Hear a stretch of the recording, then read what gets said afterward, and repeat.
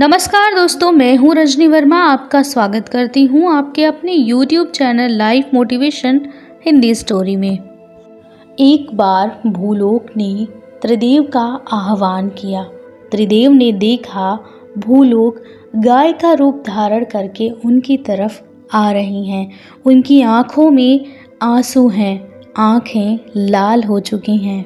भूलोक त्रिदेव के पास पहुंची और उन्होंने कहा कि मुझे एक पुत्र चाहिए, एक ऐसा पुत्र जिसे मैं अपना कह सकूं, जिसने मुझसे जन्म लिया हो।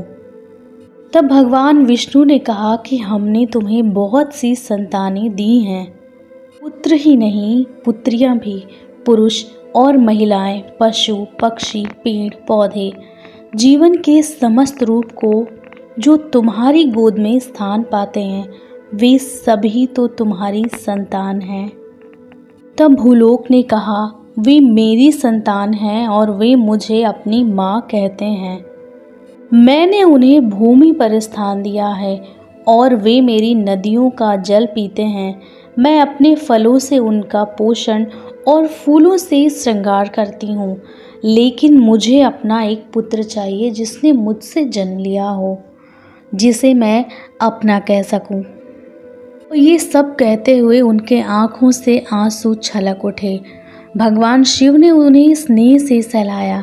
उन्होंने कहा, माँ की इच्छा को कौन टाल सकता है।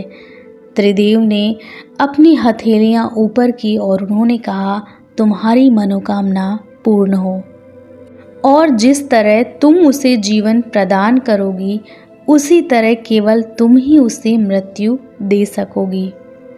और फिर इस तरह भूलोक ने एक असुर को जन्म दिया। ब्रह्मा, विष्णु और शिव की संयुक्त कृपा से नरकासुर उत्पन्न हुआ। वह असुर इतना लोभी था कि प्राग ज्योतिषपुर का शासक बनने के उपरांत उसने अनेक राज्यों पर आधिपत्य स्थापित कर लिया। वह वासना से इतना भर गया कि उसने भोग विलास के लिए हजारों स्त्रियों को बंदी बना लिया।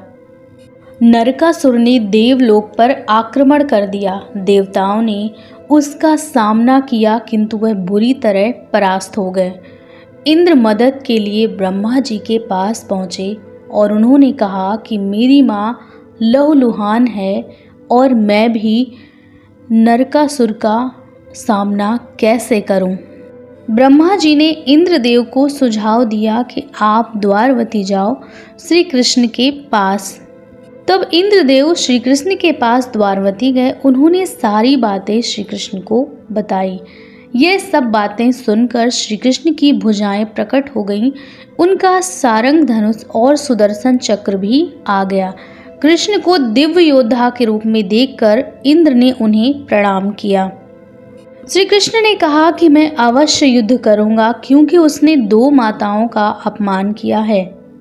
तुम्हारी माता अदिति, जिन्होंने मुझे भी वामन रूप में जन्म दिया था, इस युग में मेरी 2 माताएं हैं, इसलिए मैं उसे क्षमा नहीं कर सकता। ये सारी बातें सत्यभामा ने सुन ली और उन्होंने कहा कि मैं भी युद्ध पर चलूंगी। तब भगवान श्री कृष्ण ने कहा कि आपके बिना यह युद्ध में नहीं जीत सकता। नरकासुर और श्री कृष्ण में युद्ध शुरू हुआ। नरकासुर ने त्रिशूल फेंका तो उसके प्रहार से श्री कृष्ण मूर्छित हो गए। यह देखकर सत्यभामा का खून खौल उठा। उन्होंने सारंग धनुष हाथ में लेकर उन्होंने बाण चलाया और नरकासुर के शरीर के 2 टुकड़े हो गए। यह दृश्य देखकर सत्यभामा स्वयं भी चकित रह गईं। तभी आकाशवाणी हुई और उसने कहा कि नरकासुर का अपनी माता के हाथों मरना नियत था। भूदेवी के अवतार के रूप में पैदा हुई सत्यभामा ने उसे पूरा कर दिया। सत्यभामा ने अपने पुत्र की ओर देखा। उसने हंसते हुए अंतिम सांस ली और बोला, माँ, जीवित रहते हुए तो हम नहीं मिल पाए, किंतु मृत्यु के साथ हमारा संबंध बन गया। दोस्तों, वीडियो कैसी लगी कमेंट करके ज़रूर बताएं। चैनल को like, comment, share and subscribe ज़रूर करें। तो मिलते हैं हमारे अगले वीडियो में, तब तक के लिए धन्यवाद।